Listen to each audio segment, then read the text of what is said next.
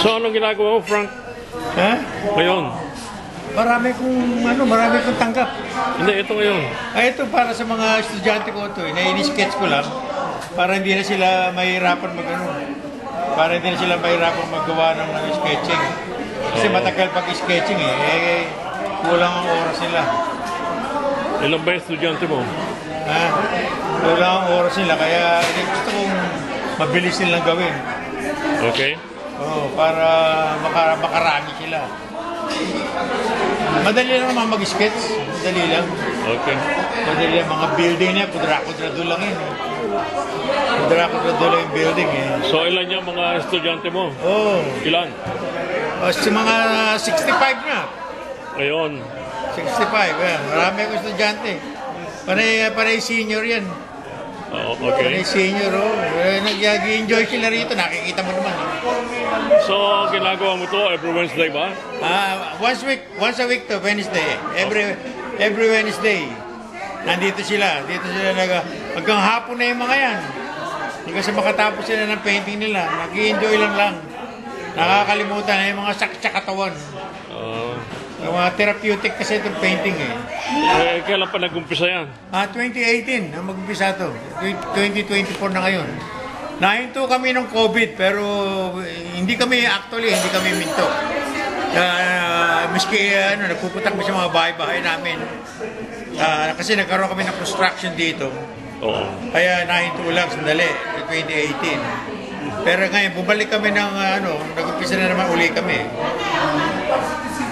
Bakit mo naman naisip yan? Bakit? Anong dahilan at ginawa mo to? Ginawa ko to para sa mga senior, para hindi sila naiinip sa bahay. Therapeutic nga ito. Mga senior ko, wala pa ako nakita mga Alzheimer's. Lahat sila very active. Okay. Very active sila talaga lahat. Kaya tutuwa naman ako. Kasi medyo nahihirapan ako ng konti. Okay lang yun. Wala kami sweldo rito. Panay volunteer lang to. Okay. Panay volunteer lang to. Paano yung mga gamit sa painting? Kaya ng mga pintura? Lahat. Tinuturo ko sila mag-mix ng mga kulay, mga pintura kung saan mag-umpisa. Kagaya niyan, naka-sketch na yan. Bali wala na sa kanila yan. Sandali na lang nagagawin. Ano na lang nila, drawing na lang nila, ano lang nila yung yan, nakita mo yung sketch. Okay. Naka-sketch sa kanila, kaya madali rin sila makagawa. Magagawa na lang ganyan. Pero, tinuturuan mo ba sila mag-sketch? Tinuturuan ko lang sila. Wala akong tinatago sa kanila na sikreto. Lahat ng sikreto na natutunan ko, binibigay ko sa kanila. Dahil bigay sa atin ng Diyos yan.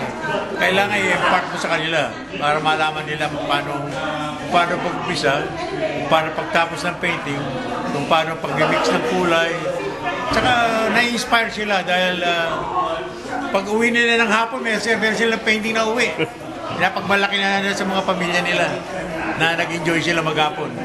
So, nagkaroon na ba sila ng exhibit? Yung mga... marami kumagumita sa amin. Nag-exhibit na kami sa City Hall. Sa Scarborough City Hall. Okay. Nag-exhibit ng senior doon. Tapos nung linggo, nasa nag-demonstrate ako sa Mabuhay Festival.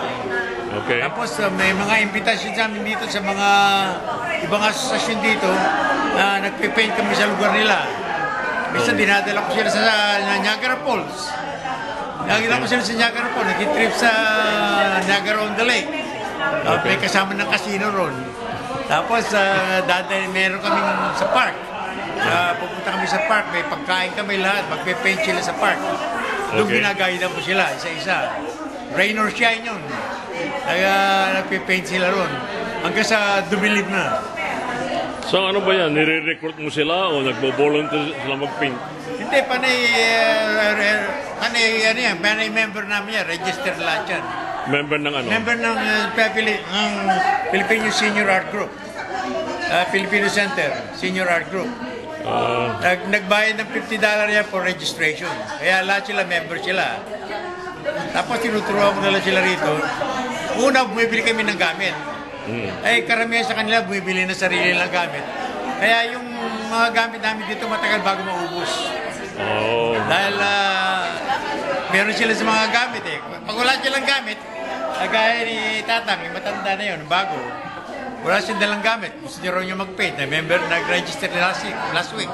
Ayun, binigyan ko ng gamit para mag-upisa siya. Pero next week, bibili na ng sariling gamit siya. Okay. Para hindi naman nauubusan. Kasi pag ginamit mo yung gamit ko rito, kailangan papalitan mo. Para hindi tayo nauubusan, para palagi tayo may stock. So ano ba to? Ano lang? Parang exclusive sa mga seniors? Hindi naman. May dalawang bata kami estudyante. Oh, ay ano? May dalawang bata estudyante dahil bakasyon sila ngayon. Oh. Kaya nagkausap sila kung pwede sila makihalo sa mga senior. Sabi ko, okay, hanggang bakasyon kayo. Come back every Wednesday. Libre pagkain pa yung ngayon. Libre pagkain pa yung mga yan. Libre lahat. Punta na. So mostly talaga majority seniors. Walang problema. Basta pumunta lang sila rito. Mag-i-enjoy sila. Maghapon. Eh ano naman ang mga feedback nila? Ang feedback is unbelievable. Unbelievable. Nag-i-enjoy lahat sila ng I have lots. Uuwi sila, may mga tinay pa silang dala pagkain, may uuwi sila, may pauwi pa kami sa kanila. Libre kape, libre merienda, libre lahat. Ano yan? Product ng FCT yan, ng Filipino Center. Okay. Panay donasyon sa amin yan na ginagamit namin. Ano yan? Ikaw ba presidente niyang seniors? Hindi, ako ang nagtuturo. Director ako ng FCT. Pero ako in charge sa Filipino Senior Art Group. So ikaw ang founder niyan? Ako ang founder nito. But this one is connected to Filipino Center. It's not my own. It's the community owned.